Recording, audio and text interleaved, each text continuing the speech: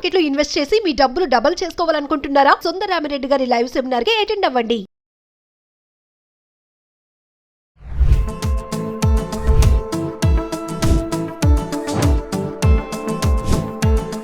నమస్తే, welcome back to Suman TV. ప్రస్తుతం మనతో పాటు ఉన్నారు పబ్లిక్ స్పీకర్ రజనీ రమ గారు. నమస్తే మ్యామ్. నమస్తే నవీన. మ్యామ్, చాలా మంది లేడీస్ కి ప్రాబ్లం ఏంటంటే, ప్రాబ్లం అనాలి దాన్ని ఏమనాలి, కన్ఫ్యూజన్.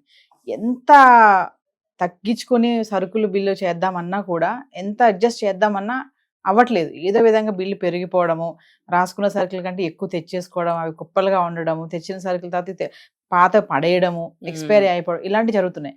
ఈ రోజు మా మహిళా వ్యూవర్స్ కి ఏమైనా టిప్స్ చెప్తారా? సరుకుల బిల్లు తగ్గాలి అంటే ఎలా చేయాలి అంటారా? షాపింగ్ అనేది అది వీక్నెస్ అది ఆడవాళ్ళకే కాదు, మగాళ్ళకి కూడా ఉంటుంది.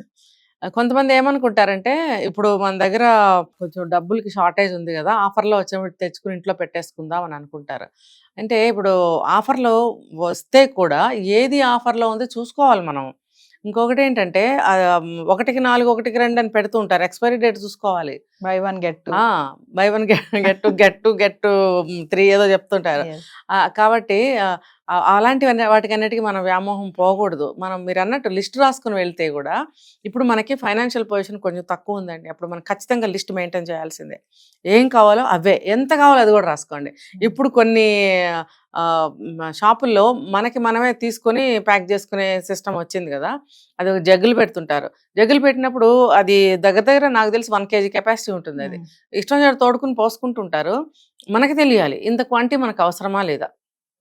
దాంట్లో ఒక హాఫ్ తీసుకోండి, మీకు వద్దపోతే 1/2 కిలో పైనే వస్తుంది కదా, అది మీరు చూసుకోండి. 1 kg కావాలా, హాఫ్ అలా చూసుకుని మీరు తీసుకోండి. అంతేగాని అబ్బా పెట్టారు కదా, మన సొంతమే కదా అని ఆనందం ఉప్పొంగిపోతాం అక్కడికి వెళ్తే చాలు. ఊరికే తీసేసుకోవడం, ఆఫర్లో ఉన్నాయని తీసుకోవడము, అవసరం లేని వస్తువులు తీసుకోవడము, మీరు అన్నట్టు ఫోన్లు మాట్లాడుతూ అంటే మనకి బ్రెయిన్ పని చేయకుండానే ఇలా తీసేసుకోవడం అసంకల్పితంగా, ఇలాంటివన్నీ చేస్తుంటాం మగవాళ్ళల్లో కూడా.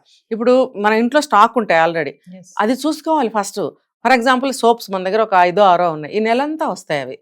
మళ్ళీ మీరు వెళ్ళి అక్కడ మళ్ళీ కొన్ని సోప్స్ తీసుకుంటారు, లేకపోతే మీకు నచ్చిన 4 మీ వారికి నచ్చిన 4 తీసుకుంటారు. అవి మొత్తం ఎక్కువైపోతాయి. మీరు ఒకవేళ తీసుకోదలుచుకుంటే ఒక 2 తీసుకోండి. ఈ నెల బడ్జెట్ మీకు డబ్బులు మిగులుతాయి, మీకు మంచిగా నడుస్తూ ఉంటుంది. అలా చూసుకోవాలి. ఇంకా ఏంటంటే, కొన్ని కలర్స్ ఆకర్షిస్తూ ఉంటాయి కొన్ని వస్తువులు. ప్లాస్టిక్ కానివ్వండి, ఇంకోటి కానీ, స్టీల్ కానీ, ఏదైనా కానీ, అవి కొత్త డిజైన్స్, కొత్త షేపుల్లో వస్తుంటాయి ఈ మధ్య. అవన్నీ కూడా మనం టెంప్ట్ అవ్వకూడదు. అది మనకు అవసరమా కాదా అని చూసుకోవాలి. ఇంకొకటి ఏంటంటే, మన షాపింగ్కి ఒక్కళ్ళం వెళ్ళటం ఉత్తమం. ఎవరన్నా ఒకళ్ళు, పిల్ల మేక అందరం కలిసి వెళ్ళాం అనుకోండి, ఇంకా కీ బ్యాలో మొత్తం అన్నీ తీస్తూ ఉంటాం. అమ్మ నాకు ఇది, లేకపోతే భార్య ఏమంటే ఇది బాగుంది, లేకపోతే ఆయన వెళ్ళి నాకు ఇది ఏదో కొత్త రకం వచ్చింది షేవింగ్ క్రీమ్, ఇట్లా తల ఒక రకం తీసుకుంటే బిల్లు చూసారు ఎంత పొడుగ్గా వస్తుందో. అదేదో పాత సినిమాలో ఎంత పొడుగు బిల్లు చూపిస్తే నేను నవ్వుకునేదాన్ని. ఇప్పుడు ఆ రోజులు వచ్చేసినాయి, బిల్లు ఎంత పొడుగు వస్తుందో చూడండి, ఆ రోల్ అంతా వచ్చేస్తుంది. ఎలా తీస్తే పొడుగ్గా బిల్లు, అది మనకి చూడడానికి కూడా కుదరదు అనమాట ఆ బిల్లు, కంప్యూటరైజ్డ్. సో మన అది పర్టికులర్గా ఈ వస్తువుకి ఎంత అయిందని మళ్ళీ ఇంటికి వచ్చి రీచెక్ చేసుకోవడానికి కూడా మనకి కుదరదు ఆ బిల్లులో. కాబట్టి ఒళ్ళు దగ్గర పెట్టుకుని మనం షాపింగ్ చేయడం అనేది మంచిది. ఒక్కళ్ళే వెళ్ళడము, లిస్ట్ రాసుకోవడము, ఆఫర్లకు టెంప్ట్ అవ్వకపోవడము. ఇంకొకటి ఏంటంటే, ఎక్స్పైరీ డేట్లు చూసుకోవడం. ఇంకొకటి, మనకి కొన్ని సీజనల్గా దొరుకుతుంటాయి, మళ్ళీ దొరకవు తర్వాత. అట్లాంటివి మీరు కొంచెం తెచ్చుకుని స్టాక్ పెట్టుకుని మీరు వాడుకోవచ్చు. ఇంకొకటి ఏంటంటే, కొన్ని వస్తువులు మీద మ్యానుఫ్యాక్చరింగ్ డేటు, తర్వాత బ్రాండ్, ఇవన్నీ ఉంటాయి కదా, ఆ బ్రాండ్ పిచ్చి ఎక్కువైపోయింది ఈ మధ్య. ఆ బ్రాండ్ పిచ్చికి వెళ్ళిపోయి 10,000 పెట్టి, ఇంకా 8,000 పెట్టి చెప్పులు బుట్లు కొంటుంటారు. కానీ ఏదైనా కాళ్ళకి వేసుకునేదే, ఏదైనా ఒక సంవత్సరం 2 ఏళ్ళు వేసుకుంటే బోర్ కొడుతుంది, దాన్ని పక్కన పెట్టడం. బ్రాండ్ అది నీకు 20-30 సంవత్సరాలు పడి ఉంటుంది ముసలాడయ్యే వరకు. అది అవసరమా నీకు? ఇంకో వస్తువు నువ్వు వేసుకోవడానికి నీకు అవకాశం ఉండదు. అందుకని బ్రాండ్ వైపుకి వెళ్లకుండా, బ్రాండ్ లేనివి కూడా మీకు 2 ఏళ్ళు మన్నుతాయి, మీకు అవి కొంచెం రేట్ తక్కువకి వస్తాయి.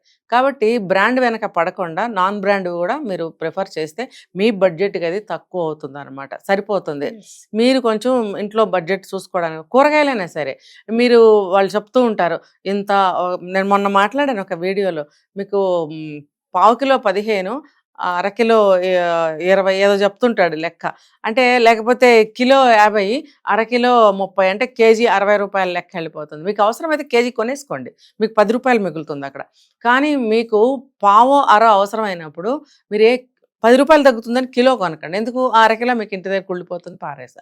ఇలాంటి ఆఫర్లకి వెళ్ళకండి. అది ఏంటంటే బిజినెస్ టాక్టిక్స్. అది ఎటువంటి వాళ్ళైనా బిజినెస్ అలా చేస్తున్నారు. ఇంకొకటి కొన్ని బల్క్లో తీసుకుంటే కొన్ని మీకు ఆఫర్లో వస్తాయి.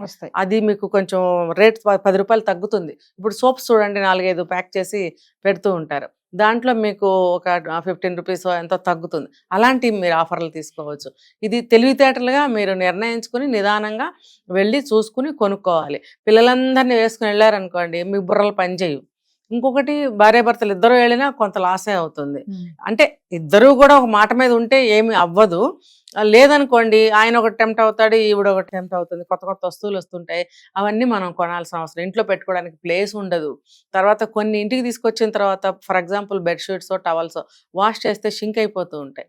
కాబట్టి కొన్ని వస్తువుల్లో మీరు నాణ్యత చూసుకోండి. ప్రతి వస్తువులో కూడా బ్రాండ్కి వెళ్ళకండి. ఇవన్నీ పాటించుకుంటే మనకి బడ్జెట్ చాలా మిగులుతుంది.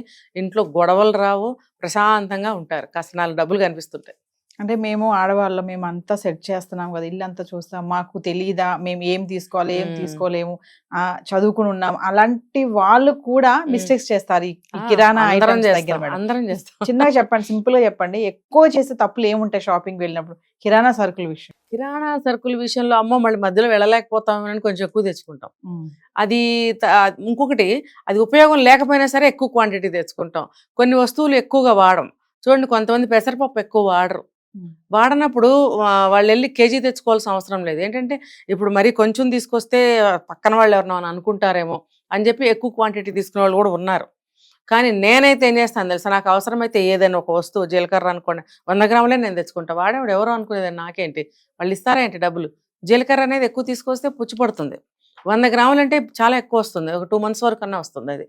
కాబట్టి 2 నెలల వరకు మీకు 100 గ్రాముల జీలకర్ర వచ్చినప్పుడు, అంటే వాడేదాన్ని బట్టి, మనుషుల్ని బట్టి, ఎక్కువ మంది మనుషులు ఉంటే ఇంకొంచెం తెచ్చుకోవచ్చు. అంటే ఇలా కూడా ఉంటారా మేడం? ఖచ్చితంగా ఫీల్ అవుతారేమో, నేను జీలకర్ర 100 గ్రాములు 10 గ్రాములు 10 రూపాయలు తీసుకుంటే, ఇలాచి 4 తీసుకుంటే 4 ప్యాకెట్లు తీసుకుంటే, ప్యాకెట్లు అమ్ముతారు, అలా ఫీల్ అయ్యి కూడా తీసుకునే వాళ్ళు ఉంటారా? ఉంటారు. ఇప్పుడు మార్కెట్ ఎలా అంటే ఇంత వస్తువు కూడా దొరుకుతుందండి, ఇంత దొరుకుతుంది. ఆ ఫెసిలిటీ మనకి ఉంది బయట. ఇంకా మనం అదృష్టవంతులం అనే చెప్పుకోవాలి. అలాంటప్పుడు నీకు ఇంత అవసరమైనప్పుడు, నీకు అక్కడ ఇంత ప్యాకెట్ ఉన్నప్పుడు అది నువ్వు ఎందుకు తెచ్చుకోవు? పక్కనవాడు ఏదో అనుకుంటాడని నీకెందుకు? కొంతమంది వెక్కిరించే వాళ్ళు ఉంటారు. నేను అదే చెప్తా, ఎప్పుడు ఎవరి మాట వినకండి. మీ మనసు ఏం చెప్తుంది అదే వినండి. నీ డబ్బు, నీ బడ్జెట్, నీ ఉద్యోగానికి తగ్గ జీతం నీకు వస్తుంది. ఆ జీతంలోనే నువ్వు పిల్ల పాప భార్య అందరూ చూసుకోవాలి. అందుకే నువ్వు ఎవరిని ఆలోచించకు, నీది నువ్వు చూసుకో. ఇలాచీ అనేది కొంతమంది ఎక్కువ వాడరు, చిన్న ప్యాకెట్ తెచ్చుకోండి. మరి జీలకర్ర కొంతమంది ఎక్కువ వాడరు. నీకు ఎంత కావాలి, 50 గ్రాములు కావాలంటే కూడా ఇస్తారు కుల్లాలో, ఓపెన్గా ఇస్తారు, అది ప్యాకెట్ కాకుండా. మరి మీకు ఎంత కావాలో అంత చక్కగా తూచి ఇస్తున్నప్పుడు మీకు ఎందుకు ఫీల్ అవుతున్నారు? మీకు డబ్బులు మిగులుతాయి కదా, చక్కగా అలా తెచ్చుకోండి. కొన్ని వెయిట్ తక్కువ ఉన్న వస్తువులు ఉంటాయి, ఎక్కువ వస్తాయి. మరి వెయిట్ తక్కువ కదా అని చెప్పి ఎంత తెచ్చుకోకండి. వెయిట్ తక్కువైనా కూడా క్వాంటిటీ కూడా తక్కువే తెచ్చుకోండి. అది మీకు ఉపయోగం లేనప్పుడు ఎంత ఎందుకు తెస్తారు?